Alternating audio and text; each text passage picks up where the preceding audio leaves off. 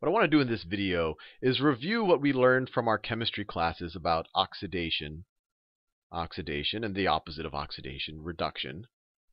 And then see how what we learned in our chemistry class relates to the way that a biologist or a biochemist might use these words. And hopefully we'll see that they're the same thing. So just as a bit of review, if you watch the chemistry playlist, oxidation, you can view it. And actually there's a famous mnemonic for it. It's, oil rig, where the oil tells us that oxidation is losing, and I put it in quotes because you're not necessarily losing the electrons, but I'll show you what I mean, is losing electrons. This is what you should have learned in your chemistry class. And then you also learned that reduction is gaining, and I'll put that in quotes as well, is gaining electrons. And I put that in quotes because you're not necessarily gaining the electrons, you're more hogging it. And the reason why it's called reduction is because if you are gaining electrons, your notional charge, if you really were gaining them, is being reduced. And the reason why this is called oxidizing is because you tend to lose electrons to oxygen. Although it doesn't have to be oxygen, it could be any molecule that will hog electrons away from you. And I think a nice example would be fair to kind of make this a little bit more concrete.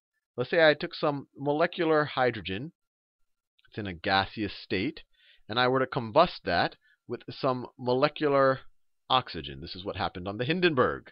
They fill a balloon full of hydrogen, and you get a little bit of spark, expose it to oxygen, and you're going to have a big explosion. But in the process, for every mole of molecular oxygen, if you have 2 moles of molecular hydrogen, I'm just making sure the equation is balanced, you're going to produce 2 moles of H2O plus a ton of heat. This thing is really going to blow. Plus a lot of heat.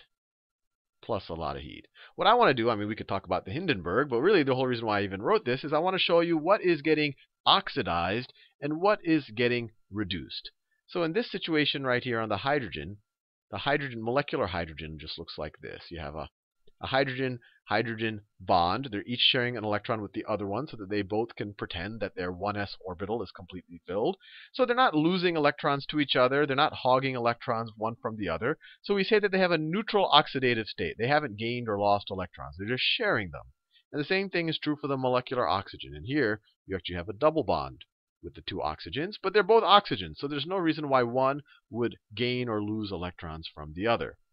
But when you go on this side of the equation, something interesting happens. You have, for every oxygen is connected to 2 hydrogens. And the way to think about it is that oxygen is hogging each of these hydrogens' electrons. So hydrogen has this 1 electron in its valence shell. The deal with most covalent bonding is, hey, I give you an electron, you give me an electron, then we both have a complete pair. But we know, or hopefully we can review, that oxygen is much more electronegative than hydrogen. This is a little bit of glucose reminiscent that's left over from our cellular respiration video. You can ignore it for now, but I'm actually going to connect all this in a future video. But if we look at our periodic table, if you remember from the chemistry playlist, electronegativity increases as we go to the top right of the periodic table. These are the most electronegative elements over here. These are the least electronegative. And all electronegative means is likes to hog electrons. Let me write that. Electronegative just means likes to hog electrons. So even though oxygen and hydrogen are in a covalent bond in water, they're sharing electrons, oxygen is more electronegative, much more electronegative than hydrogen, so it's going to hog the electrons. And actually, if you take some elements on this side and you bond them with some guys over here, these are so much more electronegative than these left-hand elements that they'll actually completely steal the electron, not just hog it for most of the time. But when you talk about electronegativity, it just means likes the electrons. So when you look at this bond between hydrogen and oxygen, we saw from the periodic table, oxygen is a lot more electronegative. So the electrons spend a lot more time on oxygen. And when you learned about a hydrogen bonding, we learned that that creates a partial negative charge on that side of the water molecule, and it creates partial positive charges on this side. And the electrons still show up around the hydrogens every now and then. But when you talk about oxidation and reduction, you say, look, there's no partial charge. If one guy is kind of hogging the electron more, for the sake of oxidation states, we're going to assume that he took the electron. So for an oxidation state, we'll assume that the oxygen in water takes the electron, and we'll give him an oxidation state of 1 minus. Or the convention is you write the charge after the number for oxidation states, so you don't confuse it with actual charges. So this has a 1 minus because from an oxidation state point of view, you're saying it's taking the electron. It's gaining the electron. That's why I put it in quotes, because you're not really gaining it. You're just gaining it most of the time. You're hogging electrons. And likewise, this hydrogen, oh, let me be careful. This isn't, he got 1 electron from this hydrogen, and he got another electron from this hydrogen. So instead of saying 1 minus, it should be 2 minus.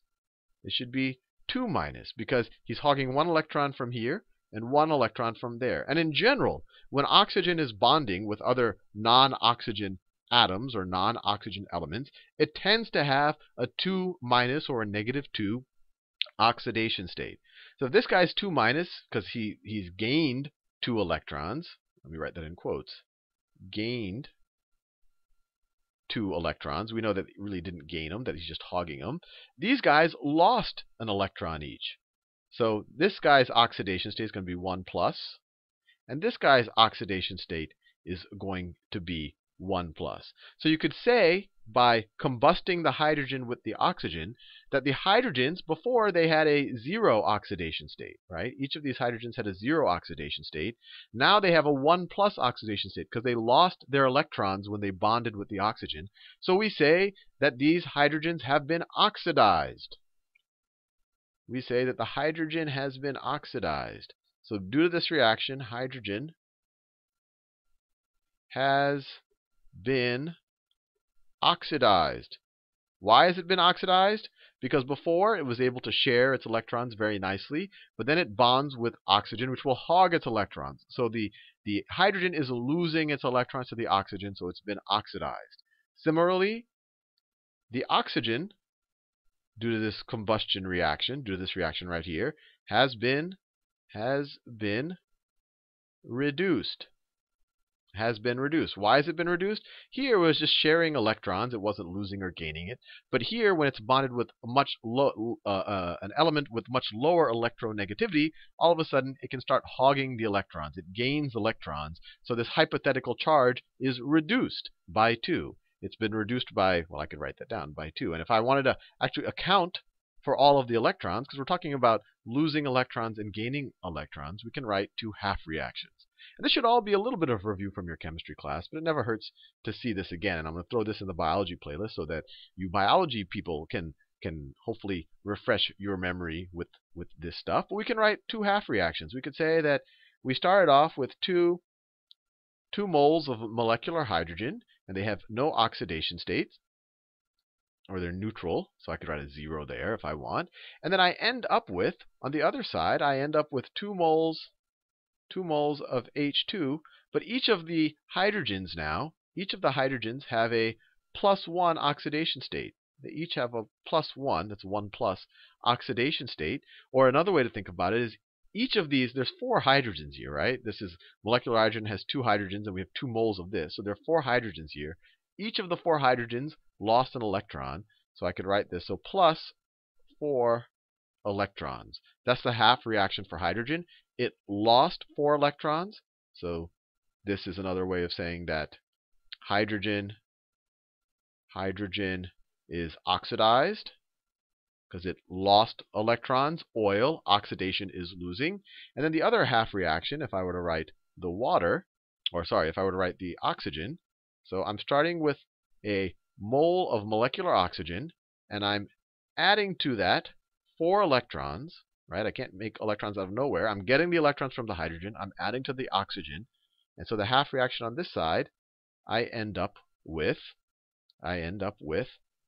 2 moles, well, I could write it like this, 2 moles of oxygen, and each of them have an oxidation state of 2 minus. So these are the half reactions, and all this is showing is that the hydrogen, over the course of this combustion reaction, lost electrons, and that the oxygen gained the electrons that the hydrogen lost. So this tells us that oxygen is reduced. Now, this is all fair and good, and this is all a bit of review of what you've learned in chemistry class. But now I'm going to make things even more confusing because I'm going to introduce you to how a biologist thinks about it. So, and it's not always the case. Sometimes the biologist will use the definition you learned in your chemistry class.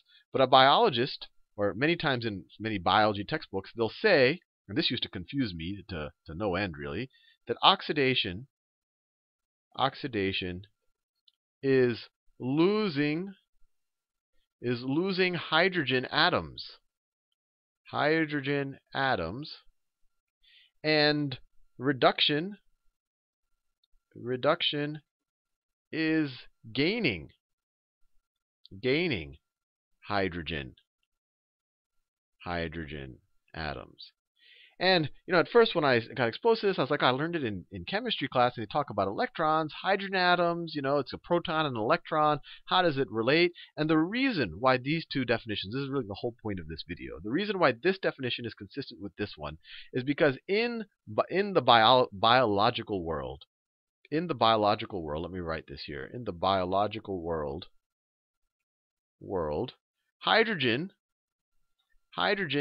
is what tends to get swapped around, and it tends to bond with carbon, oxygen, phosphorus, nitrogen. And if we look at the periodic table, and we see where hydrogen is, and we see where carbon, nitrogen, oxygen, and phosphorus, and really all of this other stuff is, you see that all of the stuff that in biological systems hydrogen tends to bond with, the things it tends to bond with are much, much more electronegative. So if a carbon is bonding with a hydrogen, the carbon is hogging that electron. And then if that hydrogen gets transferred to an oxygen along with the electron, the carbon will lose, it lost the hydrogen atom, but it really lost the electron that it was hogging before. And now the oxygen can hog that electron. So these are really consistent definitions. And the whole reason why I showed you this example is because the biological definition kind of doesn't apply here. I mean, you could say, well, oxygen is definitely gaining hydrogens in this reaction. So we can definitely say that oxygen is being reduced still, according to the biological definition. But you can't really say that hydrogen is losing hydrogens here, right? In this situation, hydrogen is just losing electrons. It's not losing itself. I guess you could say it's losing itself because it's being taken over. But the biological definition just comes from the same notion that when hydrogen bonds with most things in biological compounds, it tends to give the electrons. So if a carbon loses a hydrogen and gives it to an oxygen, the carbon will lose that hydrogen's electron that it was able to hog, and now the oxygen is hogging it. So the carbon would be oxidized and the oxygen would be reduced. Hope that doesn't confuse you. In the next video, I'll show you a couple more examples. And the whole reason why I'm doing this is to apply this to cellular respiration, so that you don't get confused when people say that, oh, the NAD is being reduced when it picks up the hydrogen, or it's being oxidized when it loses the hydrogen, and so forth and so on. I wanted you to see that these are the same definitions that you learned in your chemistry class.